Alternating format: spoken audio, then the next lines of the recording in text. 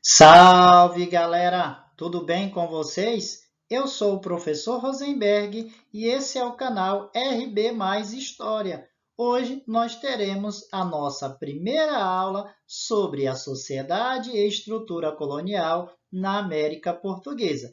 E iremos falar mais especificamente do chamado período pré-colonial, ou seja, do período que segue aos primeiros anos após a chegada dos portugueses nas terras que viriam ser chamadas de Brasil.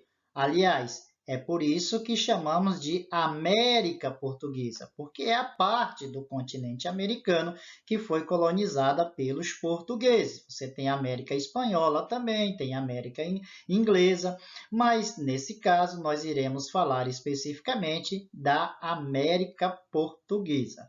Beleza? Mas antes de continuar a nossa aula, dá aquela moral para o nosso trabalho, tá bom? Se inscreva no canal, deixe lá o joinha, ative as notificações e, se possível, para dar aquele incentivo a mais para o nosso trabalho, compartilhe esse vídeo para que mais pessoas possam ter acesso a um pouquinho de conhecimento sobre a história do nosso país. Tranquilo? Então, sem mais enrolação, bora para a aula! Olha só, pessoal, como nós sempre fazemos quando iniciamos um assunto, sempre apresento para vocês as habilidades que nós teremos que desenvolver ao longo das nossas aulas. E essas habilidades, elas são de acordo com a Base Nacional Comum Curricular, que é a BNCC. Então, é essas habilidades que nós teremos que aprender, que nós teremos que desenvolver durante as nossas aulas sobre o assunto de sociedade e estrutura na América Portuguesa, certo? Estrutura colonial na América Portuguesa. Então vamos entender um pouquinho mais sobre essas habilidades. Destaquei aqui para vocês algumas delas. Olha só, analisar os diferentes impactos da conquista europeia da América para as populações ameríndias e identificar as formas de resistência. Então, uma das primeiras habilidades que nós teremos que ter em mente, que nós teremos que aprender, é entender as consequências, as repercussões que a conquista europeia terá para essas populações que aqui já viviam e também identificar de que forma essas populações indígenas resistiram muitas das vezes a essa dominação. Também descrever as dinâmicas comerciais das sociedades americanas e analisar suas interações com outras sociedades do Ocidente e do Oriente.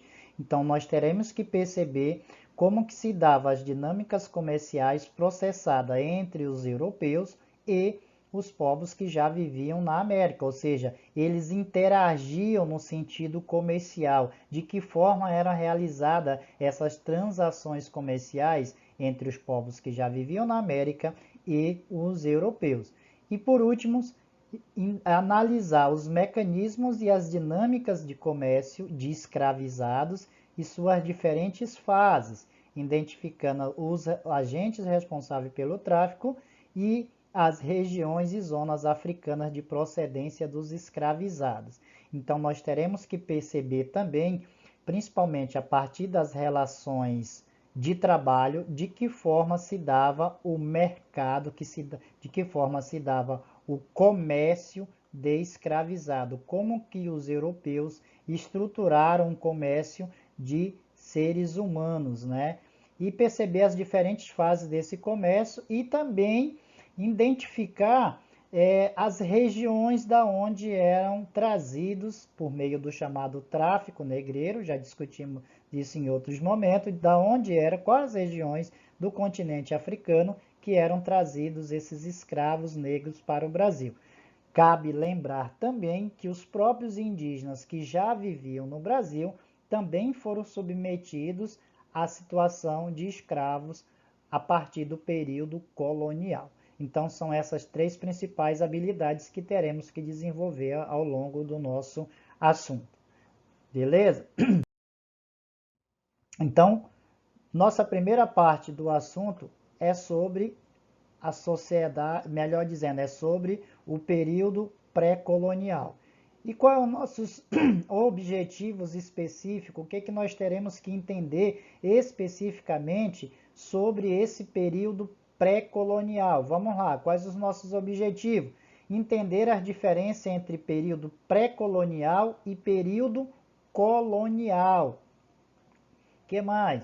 Compreender por que os portugueses não iniciaram a colonização logo que chegaram às terras que viriam ser chamadas de Brasil. Nos primeiros 30 anos, os portugueses apenas fizeram viagens exploratórias ao território brasileiro e não iniciaram de fato uma colonização. Por que que isso aconteceu? Vamos ter que também discutir a construção do nome da maior colônia portuguesa, ou seja, o Brasil. Então, nós vamos entender que o nome da coroa, melhor dizendo, que o nome dessa colônia nem sempre foi Brasil. Então, vamos entender como que chegou a ser chamado Brasil. Tá? Analisar as atividades econômicas, de que forma se processavam essas atividades econômicas no período pré-colonial, ou seja, nos primeiros anos da presença portuguesa no Brasil. Refletir como se davam as relações de trabalho. Será que os portugueses, logo que chegaram ao Brasil, já escravizaram os indígenas? Então, nós vamos entender também essa situação. Tranquilo? Pessoal, olha só, período pré-colonial. Vocês sabem que pré é tudo o que antecede alguma coisa. Então, período pré-colonial está se referindo ao período que antecedeu ao período colonial, ou seja, está se referindo ao período que se antecedeu ao processo de colonização do Brasil. E esse período aconteceu entre 1500 e 1530, tá? Então, esse período ele é datado da chegada de Cabral às terras do Brasil, isso oficialmente falando, né? Por volta de 22 de abril de 1500, até a expedição de Martim de Afonso por volta de 1530, que é quando começa de fato a colonização do Brasil, certo? Então, aqui a gente já entende por que período pré-colonial, ou seja, foi o período que antecedeu ao início da colonização do Brasil, que começa com a chegada do Martim Afonso de Souza, tá? E um detalhe já importante a destacar, que o período colonial vai até 1815, ó. Então, período colonial vai da chegada do Martim Afonso de Souza até 1815, quando o Brasil foi elevado à categoria de Reino Unido a Portugal e Algarve. Ou seja, aqui o Brasil deixava de ser uma colônia. O que mudou para o Brasil com isso? Basicamente nada. Foi só apenas uma medida política para que o príncipe regente que estava no Brasil nesse momento tivesse mais autonomia para governar Portugal. Mas isso nós iremos discutir em outras aulas.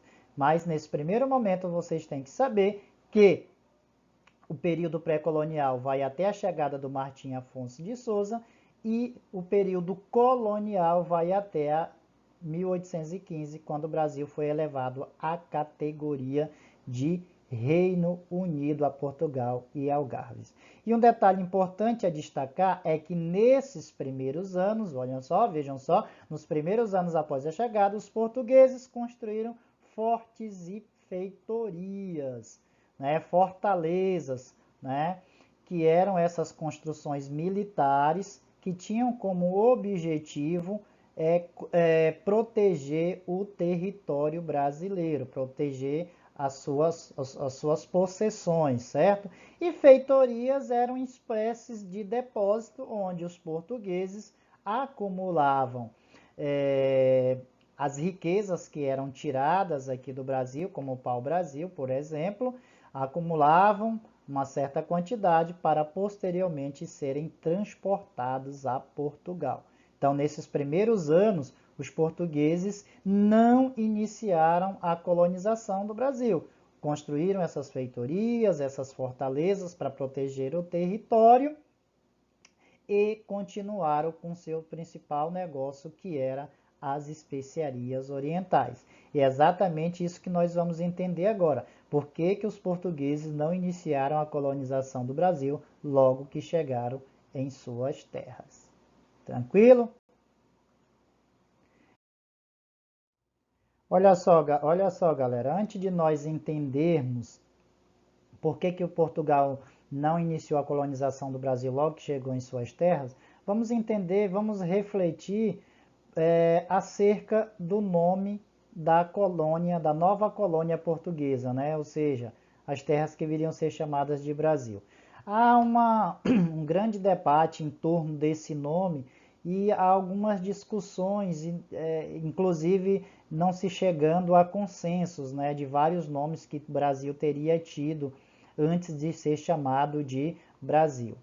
O fato é que acredita-se, os portugueses, melhor dizendo, quando chegaram ao Brasil, acreditavam que essas terras eram uma ilha. Então, inicialmente chamaram o Brasil de Ilha de Veracruz. Pouco tempo depois, descobriram que o Brasil não era uma ilha e aí rebatizaram o Brasil com o nome de Terra de Santa Cruz, tá? E só por último, só a partir de 1512 já começa a aparecer na documentação histórica sobre o período colonial o nome Brasil, que está relacionado à madeira abundante que existia aqui, que era o pau-brasil, que inclusive os portugueses já conheciam de outras possessões que não apenas o Brasil. No entanto, existe algumas polêmicas em torno desse termo Brasil. Alguns historiadores acreditam que o nome não foi por causa da madeira, e sim por causa de uma ilha mítica que existia no litoral da costa de um país chamado Irlanda. Então, acredita-se que existia essa ilha desde a Idade Média. Então, existe aí todo um imaginário em torno da construção do nome da colônia portuguesa, né, da maior colônia portuguesa, Terra dos Papagaios, por exemplo. O próprio Pero Vaz de Caminha, que enviou a primeira carta contando as belezas que existiam no Brasil, Pero Vaz de Caminha, que veio na nau do Cabral, né, relatou que viu no Brasil, enviou uma carta para o rei de Portugal. O próprio Pero Vaz de Caminha fez confusão com o nome e usa, por exemplo, Ilha de Veracruz, Terra de Veracruz. Então existe aí um debate em torno desse nome, mas o fato é que esses três nomes são os mais usuais na historiografia brasileira. Tranquilo? Então, discutido isso, vamos entender agora por que os portugueses, logo que chegaram ao Brasil, não iniciaram a colonização de sua. Então, pessoal, agora nós vamos entender por que os portugueses não iniciaram a colonização logo que chegaram ao Brasil, certo? Uma das principais coisas foram o fato deles não terem encontrado aqui os famosos metais e pedras preciosas.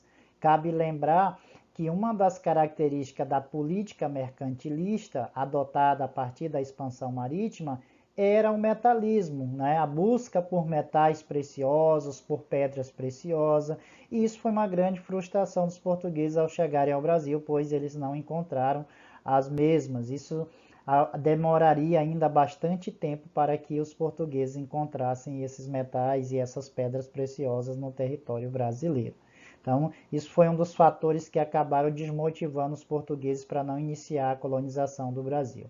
Além disso, nesse período, os interesses de Portugal estavam mais voltados para os negócios das especiarias lá no Oriente. Afinal de contas, foi o principal objetivo que fez os portugueses a se lançarem no mar, foi encontrar uma nova rota para fazer o comércio das especiarias no Oriente, né? Lá nas Índias, né? Então, essa foi dois principais motivos que fizeram com que os portugueses não iniciassem a colonização do Brasil. Primeiro, não encontraram os metais preciosos. E segundo, eles tinham uma grande fonte de riqueza, que eram as especiarias orientais. Então, por esses motivos, os portugueses não iniciaram a colonização do Brasil logo que chegaram por aqui, por volta de 1500, certo? Então, já que eles não iniciaram a colonização do Brasil, como é que se deu então as atividades econômicas nesses primeiros anos, nesse período que nós, só lembrando, estamos chamando de período pré-colonial, né? Ou seja, o período que antecedeu a colonização. Então, aqui nós vamos lembrar o seguinte: nesse primeiro momento, os portugueses iniciam no Brasil o que nós chamamos de ciclo do pau-brasil, porque a partir do período pré-colonial, nesses primeiros anos, eles exploram o pau-brasil, né, que era uma madeira bastante valiosa na Europa, tanto pela madeira que poderia ser utilizada para a fabricação de embarcações, quanto por uma resina que era retirada da mesma, que também servia para fazer tingimento de tecidos. Então, era uma madeira bastante valiosa. Então, as atividades econômicas dos portugueses nesse primeiro momento estão voltadas para o pau-brasil e também para a exploração das chamadas drogas do sertão. Pessoal, as drogas do sertão não era crack, cocaína, maconha, essas coisas não, tá? Apesar de ter esse nome aqui. O que eram as drogas do sertão?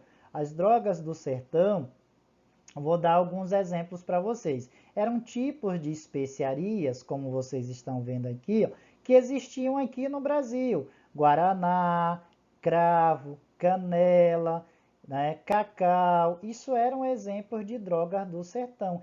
Por que era chamado de drogas do sertão?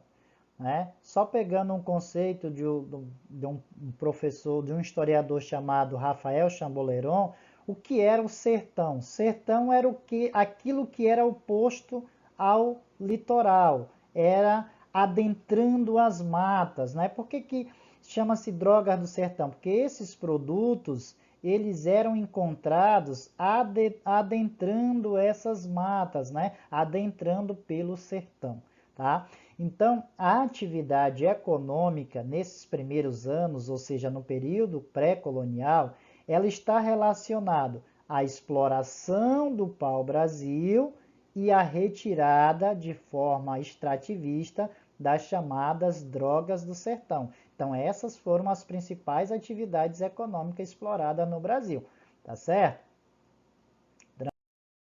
Tranquilo?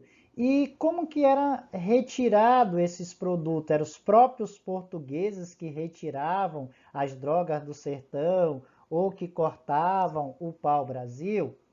É aí que a gente vai entender como que se dava as relações de trabalho nesse período, tá? E essas relações de trabalho eram processadas através de um nome bastante interessante, né? Chamado de escambo. O que eram esse escambo? O que eram os escambos? O que era o escambo? Pessoal, nós chamamos de escambo as trocas comerciais que se davam entre os nativos e os portugueses. Professor, quer dizer que os portugueses faziam transações comerciais com os índios, com os nativos? Eu já ouvi falar que os índios foram escravizados. Calma, isso é uma verdade. No entanto, nesse período pré-colonial, as relações de trabalho que se processaram não foram relações escravistas. Os índios não foram escravizados logo de imediato. Os portugueses não chegaram no Brasil escravizando os índios, afinal de contas, quem conhecia o território, os animais venenosos, quem sabia andar pelos rios, pelos furos, pelos igarapés, eram os índios, eram os nativos. Então, os portugueses precisavam aprender com os nativos como que se fazia isso. Então, nesses primeiros anos, os índios não foram escravizados. Durante o período pré-colonial, os índios nativos não foram escravizados. Tá? E nessas trocas comerciais, eu nem preciso dizer que quem levava vantagem eram os europeus, eram os portugueses. O que eles trocavam? Os portugueses traziam produtos de baixo valor, como nós estamos vendo aqui nessa imagem, que representa o escambo, né? Que produtos eram esses que os portugueses traziam? pentes, tecidos, espelhos, panelas, machados, facões. Traziam esses produtos e trocavam pelo quê? Pelo pau-brasil e pelas drogas do sertão. Vocês poderiam me dizer, mas esses nativos são muito bobos, né, de aceitarem essas trocas. No entanto, no primeiro momento, os nativos que habitavam o Brasil não tinham a noção de valor capitalista que os europeus tinham, né? Então, aí a gente tem que levar em consideração o que nós chamamos de relativismo cultural. Tranquilo? Então, eram dessa forma que as relações de trabalho se processaram no Brasil nos primeiros anos após a chegada dos portugueses, né? Se faziam trocas comerciais que eram chamadas de escambo. Tranquilo? Pessoal, por hoje a nossa aula está chegando ao fim, tá?